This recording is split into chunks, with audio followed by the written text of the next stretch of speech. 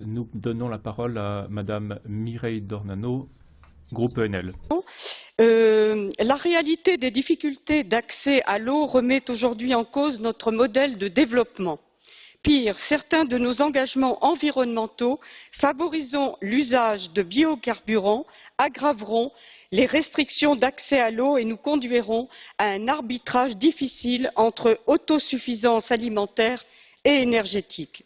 Pour être clair, l'Europe n'est donc pas à l'abri d'une pénurie d'eau. Quant aux rives sud de la Méditerranée, elles sont prises en étau entre explosion démographique, urbanisation galopante et réchauffement climatique. Quasiment les trois quarts de la population du monde arabo-musulman, notamment méditerranéen, vit avec moins de 1000 mètres cubes annuels d'eau, soit le seuil de pénurie. Aussi, il est évident que l'autosuffisance alimentaire y est menacée, puisque l'agriculture capte entre 60 et 80% des ressources hydriques.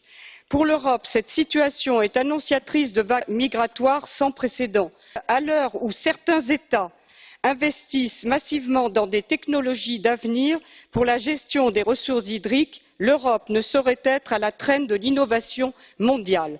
Dans la limite de nos capacités financières, les projets soutenus par l'initiative Prima doivent porter sur des solutions techniques à la hauteur de l'enjeu d'un approvisionnement durable et suffisant en eau. C'est pourquoi je soutiendrai la participation de l'Union européenne à Prima en comptant sur un contrôle rigoureux des projets financés.